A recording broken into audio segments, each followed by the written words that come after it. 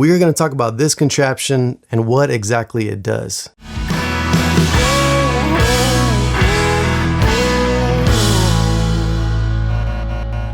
I've been promising to tell you exactly what this is for a while now, and I apologize for the delay. I wasn't trying to draw it out or anything. It's just that kind of life got in the way. You can probably tell what it is. I mean, it's a piece of wood. It's got some painter's tape around it, and there's a razor blade stuck on the top. But what does it do? Well, to let the cat out of the bag, it's for scraping the binding on the top of a guitar that of course has binding. Now typically a tool like this would be used to scrape the binding of a guitar that's had its color coat but not its clear coat. So to step back a little bit, a guitar with binding has to have a channel routed out around the top of the guitar, and then the plastic binding is set in place, glued in place, and then eventually once it's ready you would put the color coat over the binding. So there's not a really great way to tape it up or mask it. When we talk about masking, we talk about putting tape over something, spraying over it, and then removing that tape, and where the tape was, that whatever you're putting on, if it's color or if it's clear, it has not gotten underneath that tape, and that's what masking is. But it's virtually impossible to mask off the binding of a guitar.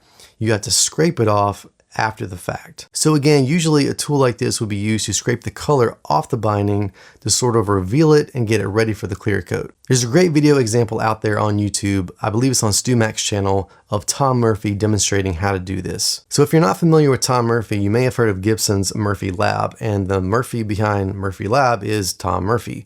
So back in the day, he started modding Gibson guitars, building some of them himself, trying to replicate like the 59 and 60 Les Pauls, and he sort of reliced them and made them old, made them look like they were true vintage guitars. And in doing so, he sort of over time perfected this methodology, and he became really sought after. People wanted to send their guitars to him to have him, do this method on their Les Paul or ES335, what have you.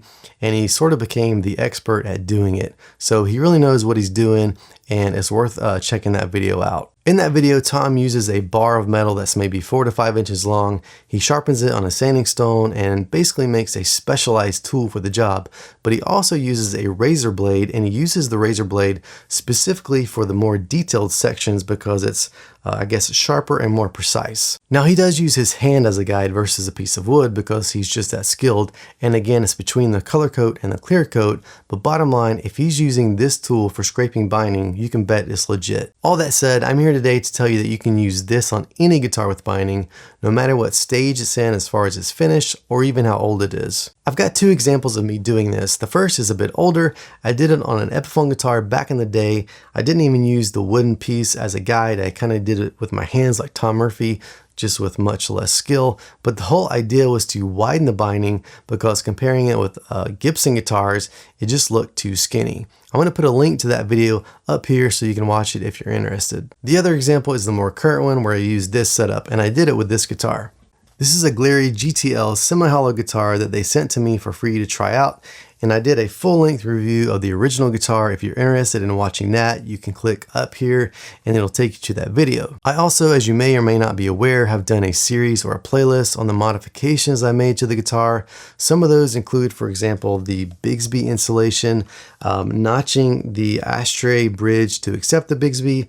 I did one on the tuners. I did one on refinishing the neck in nitrocellulose. And I also did one, what's the latest one, was changing out the pickups for Lambertone, the Blondie's set of pickups. Anyway, I'm going to show you how I scraped the binding of this guitar, even with its thick polyurethane finish, to make the binding appear wider and to pop out more. So I do apologize for the footage you're about to see. It's a little bit grainy. I shot it on my iPhone without proper lighting. I was just too excited to get going. And by the way, this is the first video I've ever shot on a real camera.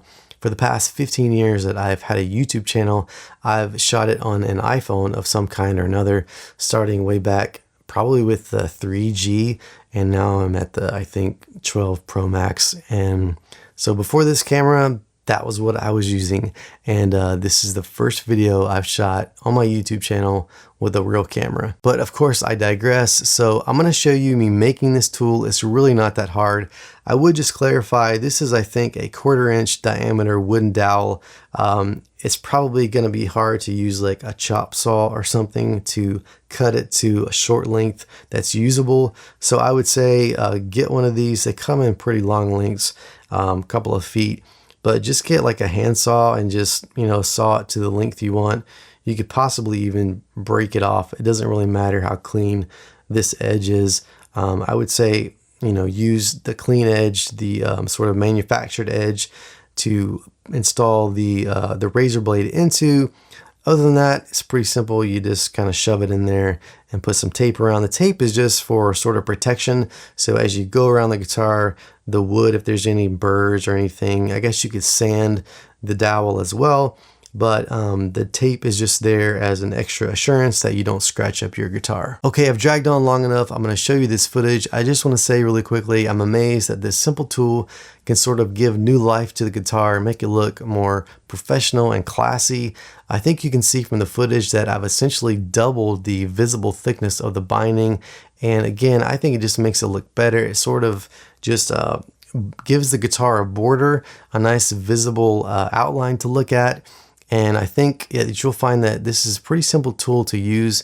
You know, I wouldn't use it on a really expensive guitar, but why would you need to? I mean, most of the more expensive guitars would already have sort of the proper binding showing through. But some of these more inexpensive guitars, I think they sort of skimp on the process. They do a quick, you know, scrape around the guitar.